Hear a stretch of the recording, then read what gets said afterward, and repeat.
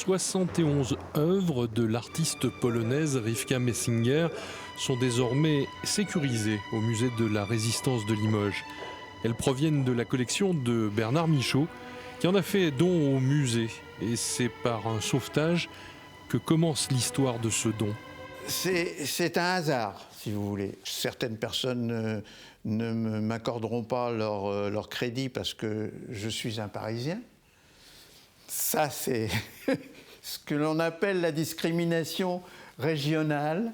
Cette collection m'a été présentée tout à fait par hasard, comme ça, avec un monsieur qui est venu me trouver, et qui était d'origine belge, qui venait de Bruxelles. Il passait à Paris et puis il m'a dit ah, écoutez, j'ai vu que vous faisiez de la peinture, vous faisiez des œuvres d'art. Est-ce qu'une collection vous intéresserait? Cette collection a une grande menace, c'est qu'elle va être détruite.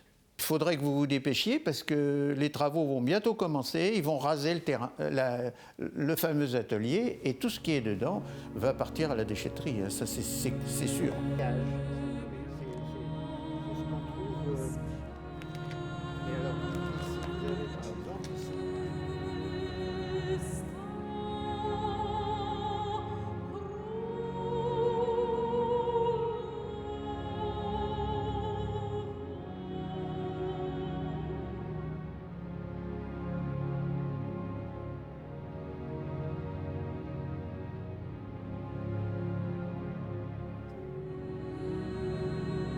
À l'âge de 15 ans, est parti de son village natal, en Pologne, et qui, naturellement, devant la poursuite et la tyrannie du nazisme.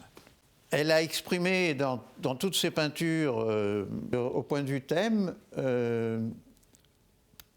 elle a exprimé sa nostalgie, si vous voulez, de son pays et de ses coutumes, et en même temps de sa religion, puisqu'elle était israélite de religion.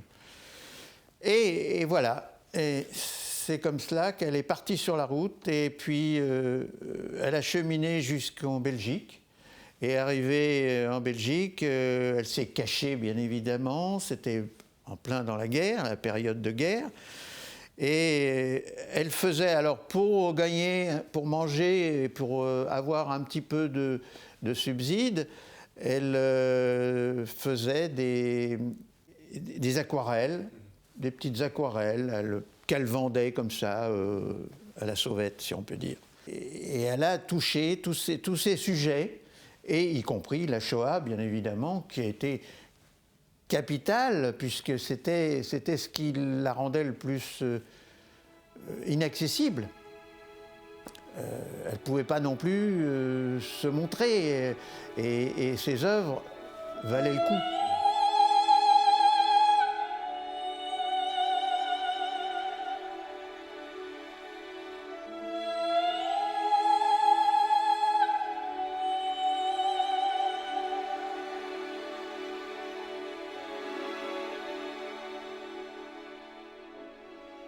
Ça, c'est la représentation, si vous voulez, du côté cruel, si vous voulez, de la période nazie, si vous voulez, particulièrement. Et celle-ci, c'est l'Exode. C'est l'Exode. Quand vous regardez ce tableau, vous voyez les costumes que l'on retrouve.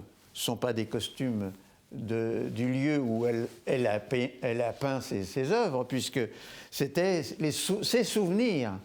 Ces souvenirs, et ça, justement, vous avez le monsieur barbu qui est au milieu, avec cette casquette, qui représente bien ce que l'on trouve dans les œuvres de Chagall, d'ailleurs, souvent.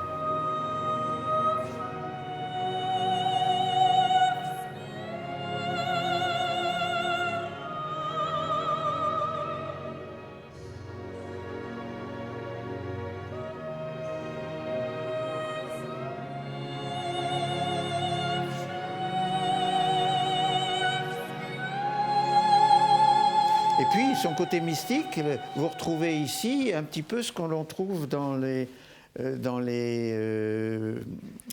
œuvres orthodoxes, si on peut dire. Donc, elle était en même temps très proche de la religion catholique et en même temps très proche de la religion orthodoxe ou juive. Elle ne faisait pas de discrimination, elle était très... Mais elle ne supportait pas qu'on les fasse souffrir, tous ces gens.